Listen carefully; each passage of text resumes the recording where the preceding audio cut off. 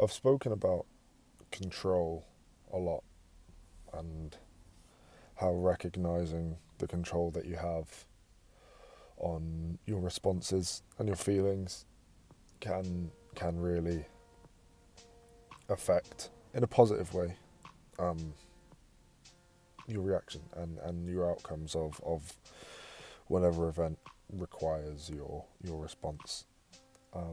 But in a contradictory sense, relinquishing control is also an important thing, and understanding when you have control and when you don't of situations or outcomes. I think personally, being someone who has tried to understand control a lot in circumstances and try to implement my control in a lot of aspects, then coming to terms with the opposite of that almost is almost counterproductive or just a bit alien. But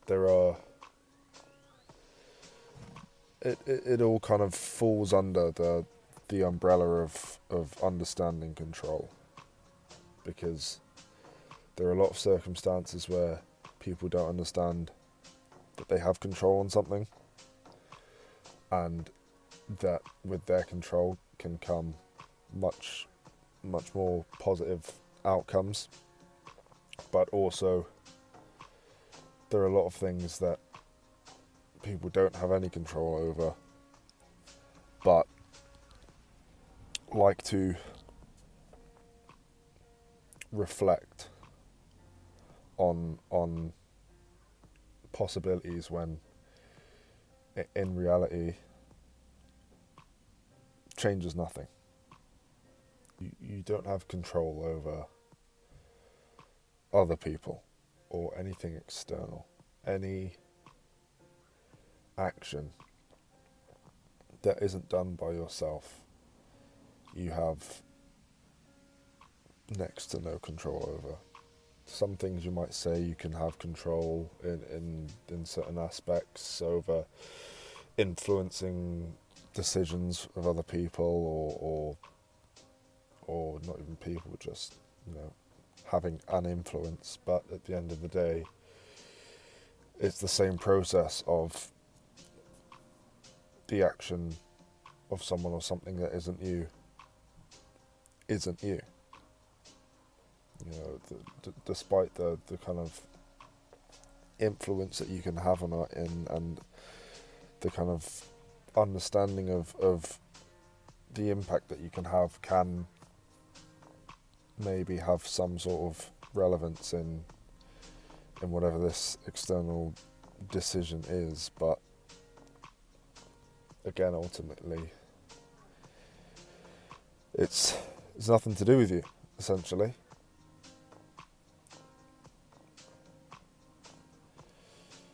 And I had a long conversation with someone the other day that was on a similar topic of relinquishing control and desire.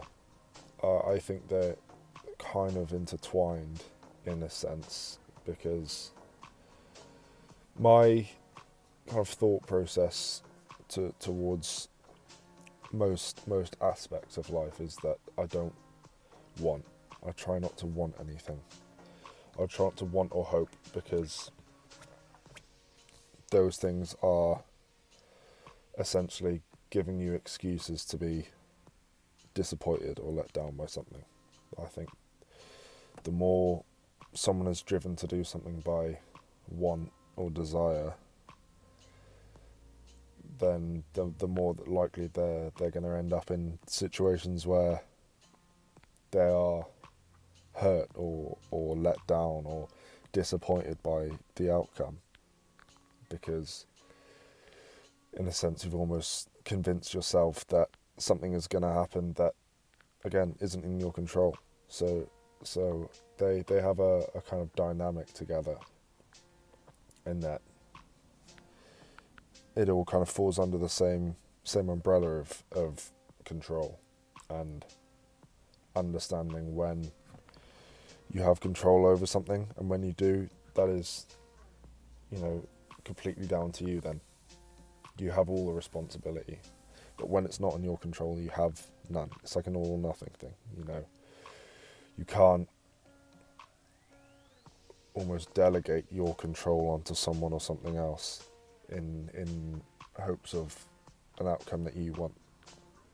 Because one, that's selfish. You can't kind of think or convince someone else to make a decision that is what your decision would be.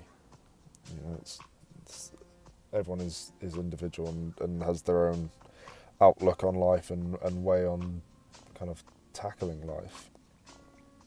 So it would be an ignorant thing to think that someone else can almost take your decision and use it as their own strictly because of you.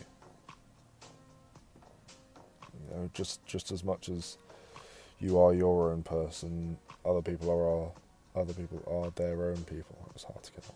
Other people are their own people. And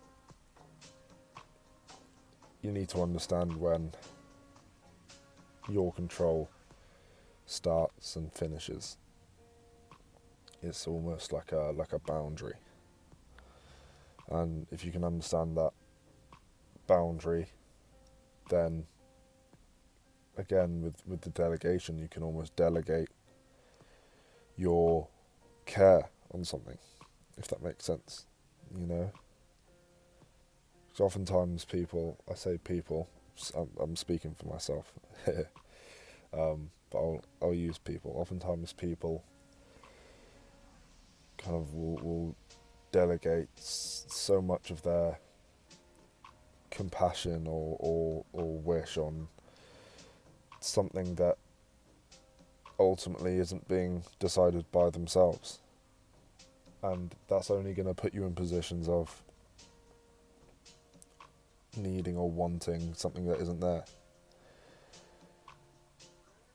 I mean, there might be the odd occasion where you hope that something is the outcome that you want and it ends up being your kind of desired outcome, but that would be down to pure luck or coincidence. It's still not you doing the action and having the say on the outcome. And the more people do that, the more they're going to torture themselves mentally. And I found myself too often in that position.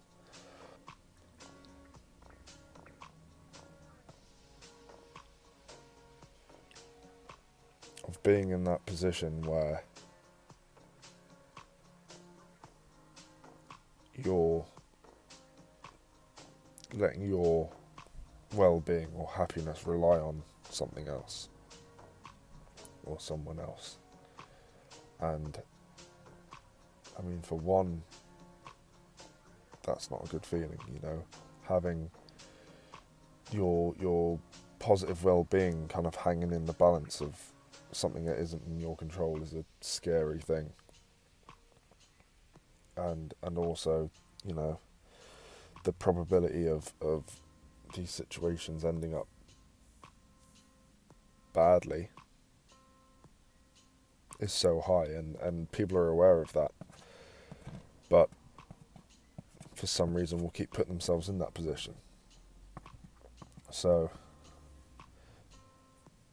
again, to sum it up, because I've done the waffling again to sum it up, you've got to understand the dynamic of control, and you've got to understand when there is control, you have all of it, but when there isn't, you have none of it. And you've got to know when to delegate your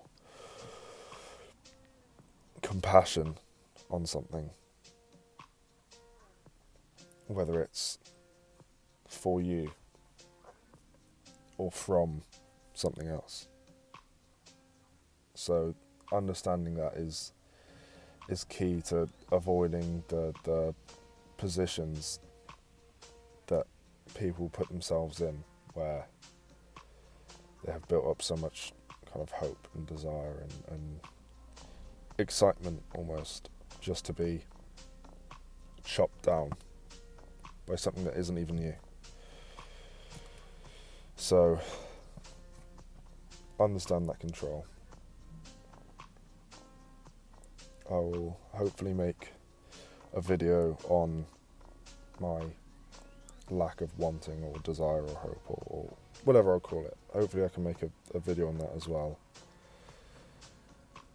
But for now,